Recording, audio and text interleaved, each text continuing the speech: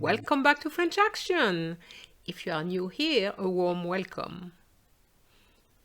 Liaisons are very important in French, and there are three types: the compulsory, the forbidden, and the optional ones. For this video, you need to have watched the very first video I made on compulsory liaisons before diving into today's video, which is about the forbidden ones. Vous êtes prêts? C'est parti! Before we dive into the forbidden liaisons, let's go through a quick reminder. What is a liaison?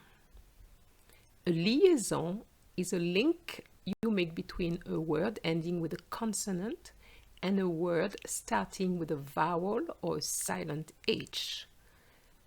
For example, mon ami, you have a sound N, mon ami, as opposed to mon ami, or les hôtels, as opposed to les hôtels. And these are compulsory liaisons. And I'm sure you agree with me that mon ami and les hôtels sound better than mon ami and les hôtels. And it increases your level of fluency. So here are the main rules you need to remember. No liaison after a noun and a verb. For example, mon examen est fini. Mon examen est fini. So we're going to have a compulsory liaison between mon and examen, but not between the N of examen and the E of est. So I repeat, no liaison after a noun, so the noun here is examen, and a verb. All right? And the next one, les étudiants, so this is compulsory liaison, but the S of étudiant is not going to be linked to M. So you're going to say les étudiants aiment le français.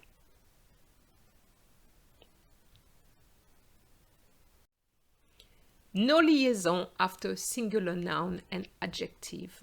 I remind you that an adjective is a word describing a noun. So let's see the first example. Un français aimable. As you can see here, I haven't linked the S of français with aimable. And the last one, un jouet instructif. An educational toy. So I didn't link the T of jouet with instructif.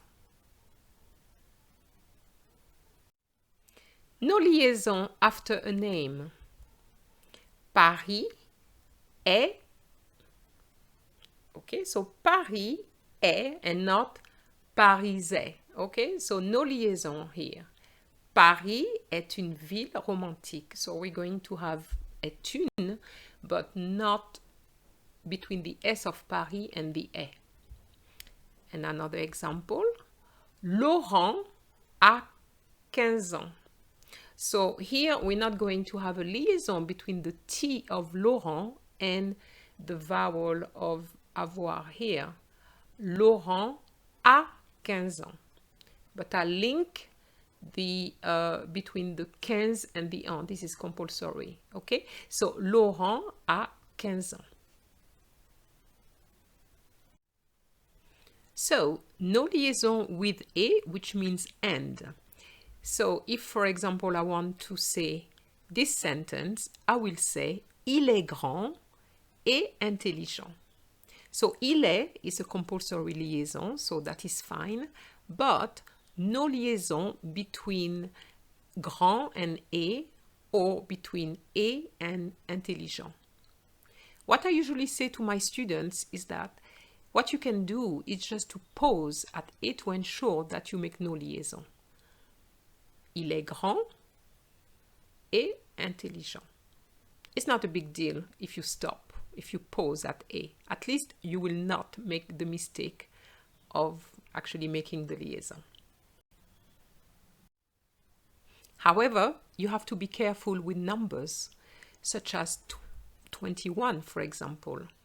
You have 21, So I did say to you that there was no liaison before, but with a number it's going to be a little bit different because a is part of the number and it's quite difficult to say 21. It doesn't sound nice anyway.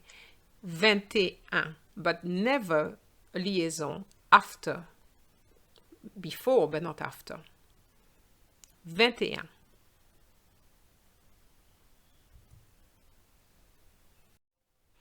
Also be careful with the H because there are cases where you will have to have a liaison and cases where you will not have a liaison. For example here, les héros. We're not going to have a liaison here, and that is understandable because if I make a liaison, les zéros, I understand the zeros, which is not really what you want to say.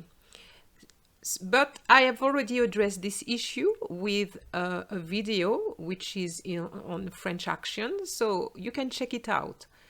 When do you say les haricots? Or are you going to say les haricots? So check it out. No liaison after selon. I remind you that selon means according to. Selon Anne and not selon Anne. Okay? So no liaison between the N and the A. Selon Anne. Be careful here. No liaison before 1 and 11. 1 and 11. Let's see the first example. Les 101 Dalmatiens. You're going to say 101 and not 101. 101. Let's see another one.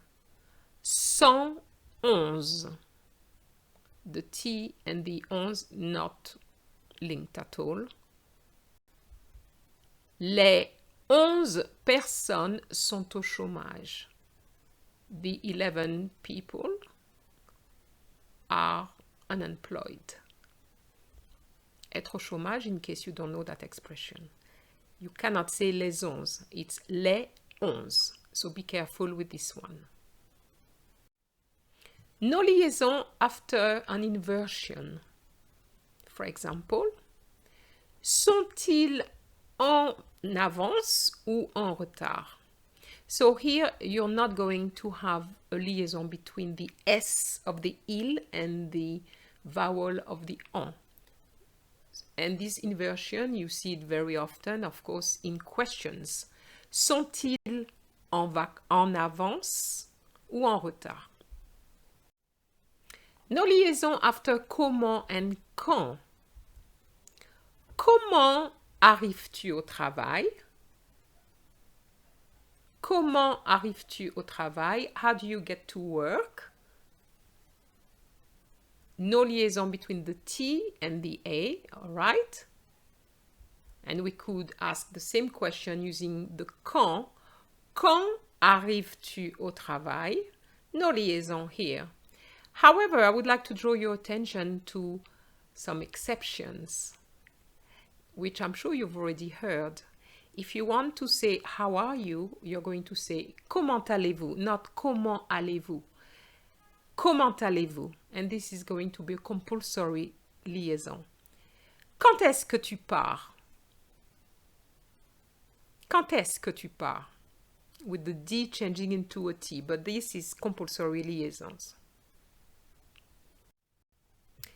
Be careful though. I would like to draw your attention to those two sentences, and you will see that they will be different in terms of meaning. Comment allez-vous? Comment allez-vous is how are you? So you're going to pronounce the T of the comment with the A of aller. And comment allez-vous is an expression used all the time, how are you, and it's compulsory liaison. As opposed to comment allez-vous au travail? How do you get to work? Meaning, what means of transportation do you use? So this is very different. So if you have comment allez-vous plus something else, you know that it doesn't mean how are you, so you will not pronounce the T of comment. Well, these are the main rules I wanted to share with you.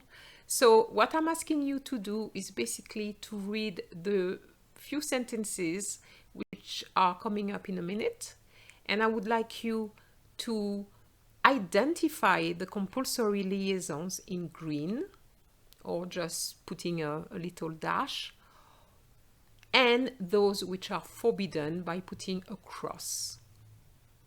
Okay, so let's go.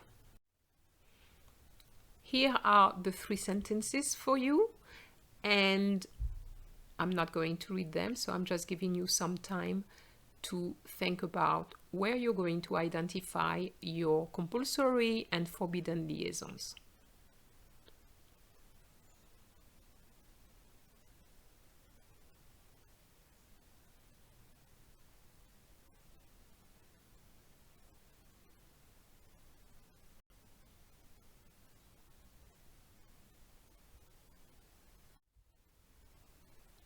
Maintenant, les réponses. Here are the answers.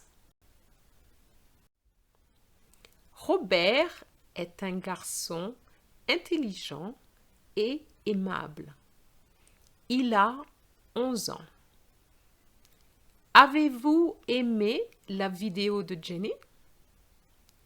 Selon un expert, il est nécessaire de faire une activité sportive plusieurs fois par semaine.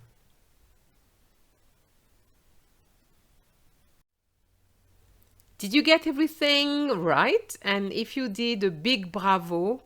But if you didn't, don't worry about it.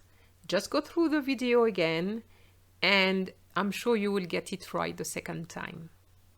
So, since we've come to the end of this video, please like it if you found it useful, share it, and of course, don't forget to subscribe. Au revoir!